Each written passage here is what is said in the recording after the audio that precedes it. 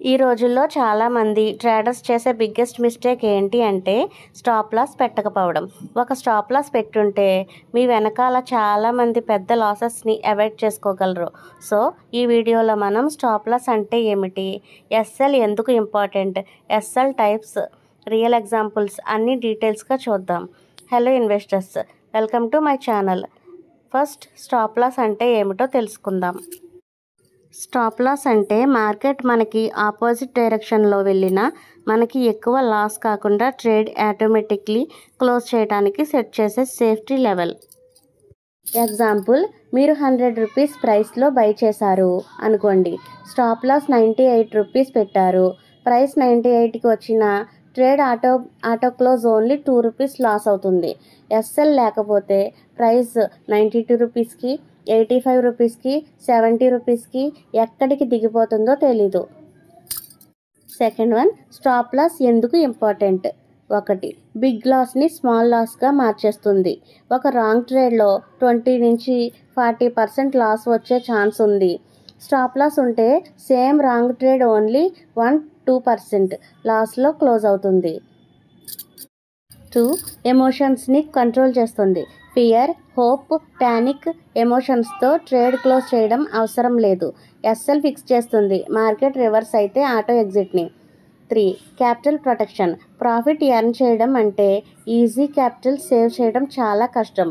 Stop loss క్యాపిటల్ని protect చేస్తుంది. 4, discipline create చేస్తుంది. SL వాడడం అంటే సిస్టమ్ బేస్డ్ ట్రేడింగ్, అంటే ఓవర్ ట్రేడింగ్ తగ్గిపోతుంది. 5, ప్రొఫెషనల్. ఎస్ఎల్ కంపల్సరీగా వాడతారు. ల్యాక్స్, క్రోర్స్ ట్రేడ్ చేసే ట్రేడర్స్ 100% స్టాప్ లాస్ యూజ్ చేస్తారు. ఎస్ఎల్ లేకుండా ఎవరూ సక్సెస్ అవ్వలేరు. స్టాప్ లాస్లో types. First, normal stop loss, fixed SL.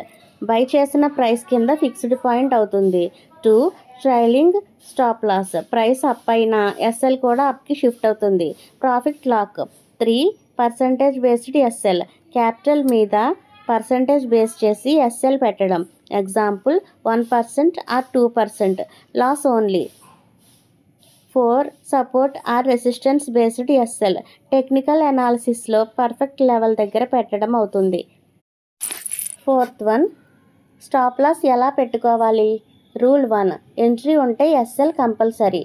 ఎప్పుడు ఎంట్రీ ఇవ్వగానే ఎస్ఎల్ సెట్ చేయాలి. రూల్ 2, 1 or 2% లాస్ లిమిట్ ఉంటే బెస్ట్, క్యాపిటల్ ప్రొటెక్షన్ కోసం. రూల్ 3, సపోర్ట్ బిలో ఉండాలి లేదా రెసిస్టెన్స్ అబవ్ పెట్టాలి.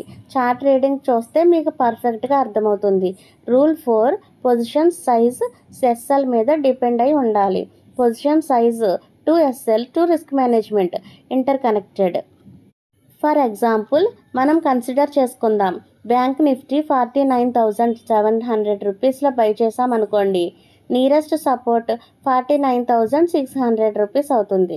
సో ఎస్ఎల్ 49,600లోంచి 10 రూపాయలు తీసేయండి. 49,590 రూపీస్కి ఎస్ఎల్ పెట్టండి. ప్రైస్ 49,590 రూపీస్ వచ్చిన స్మాల్ లాస్ అవుతుంది. ఎస్ఎల్ లేకపోతే 49,200 రూపీస్ అవ్వచ్చు, లేదా 49,000 రూపీస్ కూడా అవ్వచ్చు. అప్పుడు పెద్ద లాస్ అవుతుంది. సో ఫ్రెండ్స్, స్టాప్ లాస్ అంటే పక్కన పెట్టుకోకూడదు. మార్కెట్లో కన్సిస్టెంట్గా ఉండాలంటే క్యాపిటల్ ప్రొటెక్షన్ ఫస్ట్. అదే మనకి స్టాప్ లాస్ చేస్తుంది. మీరు స్టాప్ లాస్ పెట్టారా? కామెంట్లో పెట్టండి. వీడియో మీకు నచ్చితే లైక్ చేయండి, షేర్ చేయండి, నా ఛానల్ని సబ్స్క్రైబ్ చేయండి.